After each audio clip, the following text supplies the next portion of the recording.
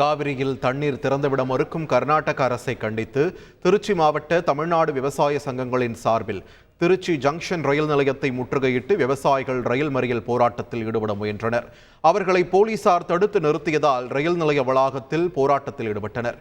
மேலும் தடுப்புகளை தாண்டி செல்ல முயன்றதால் தள்ளுமுள்ளு ஏற்பட்டது. போராட்டத்தில் ஈடுபட்ட 100க்கும் மேற்பட்ட விவசாய சங்கத்தினரை போலீசார் கைது செய்தனர்.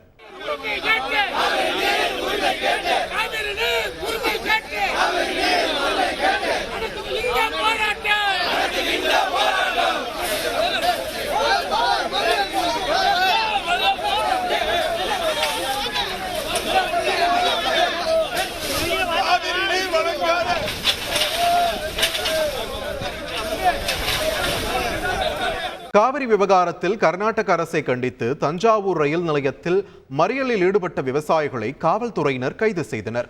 நுழைவு வாசலில் போலீசார் தடுப்புகள் அமைத்ததால் விவசாயிகள் மாற்று வழியில் ரயில் நிலையத்திற்குள் நுழைந்தனர். வாஸ்கோவில் இருந்து வேளாங்கண்ணிக்கு சென்ற விரைவு ரயிலை மறித்த அவர்கள் கர்நாடக அரசை கண்டித்து முழக்கங்களை எழுப்பி தங்களது எதிர்ப்பை தெரிவித்தனர்.